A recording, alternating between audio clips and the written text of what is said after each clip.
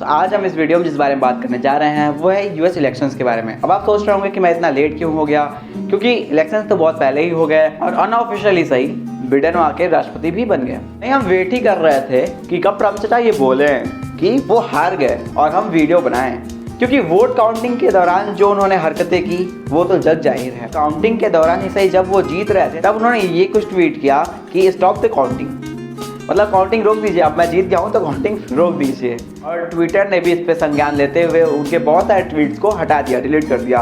खैर, अब वीडियो में आगे बढ़ते हैं और ये जानने की कोशिश करते हैं कि ट्रम्प की हार के बाद यानी कि ब्रिटेन के जीत के बाद भारत पे क्या असर पड़ेगा इसका। I am Balram and you are watching Sampoorna Gyan. Let's start our today's video.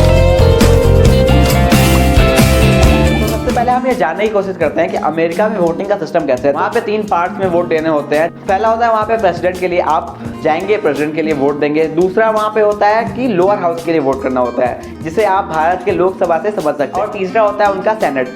US और इंडिया के वोटिंग सिस्टम में एक बड़ा डिफरेंस ये है कि भारत में जो पार्टी, चाहे वो कांग्रेस हो या बीजेपी हो या फिर कोई भी हो, अगर उसका वोटिंग परसेंटेज ज़्यादा है तो वो सरकार बना लेती है। लेकिन अमेरिका में ऐसा नहीं होता। मान लीजिए जैसे अभी बिडेन ने 50% वोट मिला और ट्रम्प को 49 पॉइंट समथिंग मिला, सिर्फ दशमलव कुछ % कम रहते हुए ट्रम्प हार जाते हैं।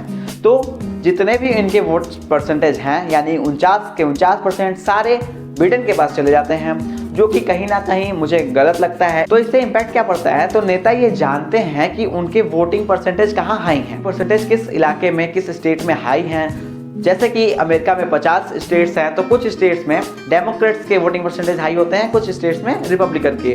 तो उन इलाकों में ये नेता जो होते हैं वो अपना कैंपेन ही नहीं करते हैं, जो कि कहीं ना कहीं गलत है, क्योंकि वहाँ के इलेक्टर्स को वो हटा देते हैं। बहुत सारे लोगों ने इस पॉलिसी को हटाने की भी मांग की है। अब आगे देखते हैं कि क्या होता है। हम बात करें यूएस इलेक्शंस और इंडियन इलेक्शंस की, तो एक बड़ा डिफरेंस ये है कि यूएस में आप डायरेक्ट प्रेसिडेंट का चुनाव कर लेते हैं, लेकिन इंडिया में ऐसा नहीं होता है। इंडिया में आप लोकल एमपीज का चुनाव करते हैं, वो एमपीज जाके प्रधानमंत्री का चुनाव करते हैं। वो बात अलग है कि आजकल सिर्फ मोदी जी के नाम पर ही चुनाव जीते जा रहे हैं। हम बात करें अगर मोदी जी और ट्रम्प की दोस्ती की, तो आपने अहमदाबाद के मोटेरा स्टेडियम में देख ही लिया होगा, जहाँ पे एक तरह से मोदी जी ने अब की बार ट्रम्प सरकार का नारा भी दिया। बीजेपी आईटी सेल के जितने भी लोग थे वो एक प्रकार से बिडेन को भारत विरोधी बता रहे थे, क्योंकि उन्होंने सीए और एनआरसी का विरोध किया था। लेकिन वही लोग और वही मीडिया आज मोदी जी और बिडेन की पुरानी दोस्तियां खोज के ला रहे हैं। अगर हम बात करें कि बिडेन के राष्ट्रपति बनने से भारत पे ही नहीं पूरे दुनिया पे क्या असर पड़ेगा, तो जैसा कि ट्रम्प की एक पॉलिसी थी कि अमेरिका फर्स्ट,